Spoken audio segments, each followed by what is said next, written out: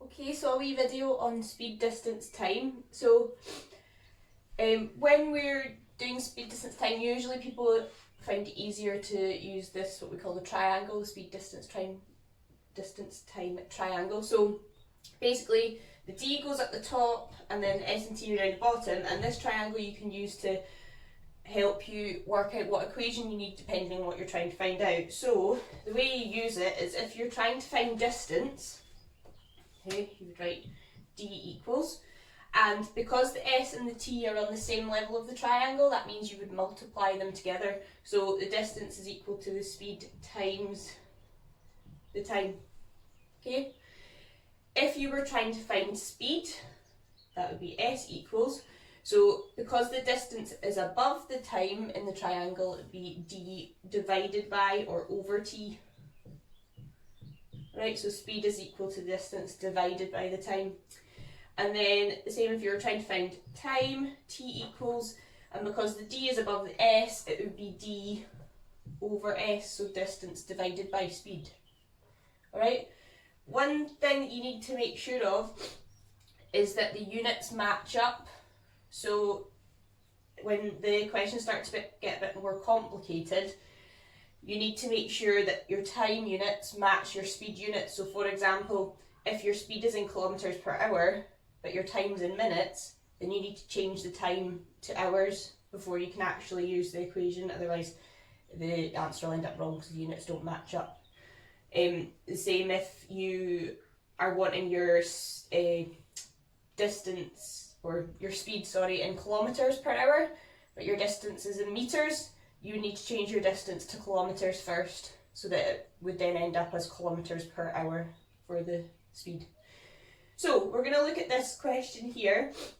What distance is travelled by a car in 6 hours at a speed of 50 kilometres per hour? So we're trying to find out the distance, so straight away I know that I'm usually trying to find D, so I'd write D equals, and then if I use my triangle, D is equal to S times T. Okay, now I'm going to look in the question to find the speed and the time. So the speed, well, it says at a speed of 50 kilometres per hour, so I'm going to underline that in green because I've used green for my S and my triangle. And then the time, it says 6 hours. Okay, so then I double check the units match, so the speed's in kilometres per hour, the distance is in hours, so that does match. So then all I need to do is plug it in. So the speed is 50, and you don't need to put the units in with the numbers. And then that's times 6. Okay, and if you were to put that into your calculator, if you were allowed one, or just in a sum at the side, that would end up as 300. Okay, and because it's distance, we need to then look at the units for the distance. So the speed was in kilometres per hour, which means the unit for distance must be kilometres. Okay, and that's your final answer for that one. So now we're going to look at an example where we're not trying to calculate the distance this time. This time we're trying to calculate the speed because it says what speed. So that means I'm trying to find S, so I'll write S equals, and using the triangle, S is equal to D divided by T. Right, so then if I find the information in the question, so it travelled 300 kilometres, so that's a distance, and the time was 5 hours. Okay, sometimes it's helpful as well as if you write the variables down the side and pull the numbers out the question, because sometimes it's hard to see in amongst all the words. So we're trying to find the speed, so I'll put a question mark next to that. The distance was 300 kilometres, and then the time was 5 hours. Now our units here, there's no overlap, so it's fine. The speed's going to end up coming out as kilometres per hour because the distance in kilometres and the time is in hours. So all we need to do now is put the numbers in. So the distance was 300, the time was 5 hours, and so then if you were to put that into your calculator, it would come out as 60.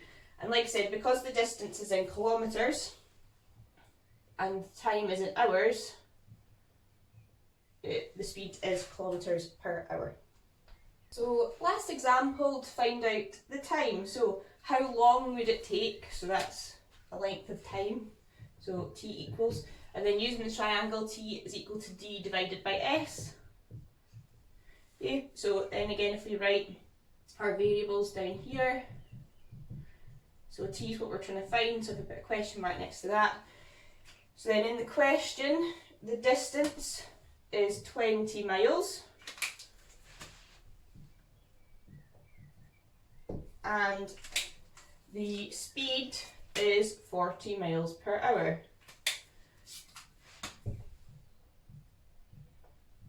Okay, now we've got an overlapping units here because that's got miles in it and that's got miles in it, and that's fine that they're both the same.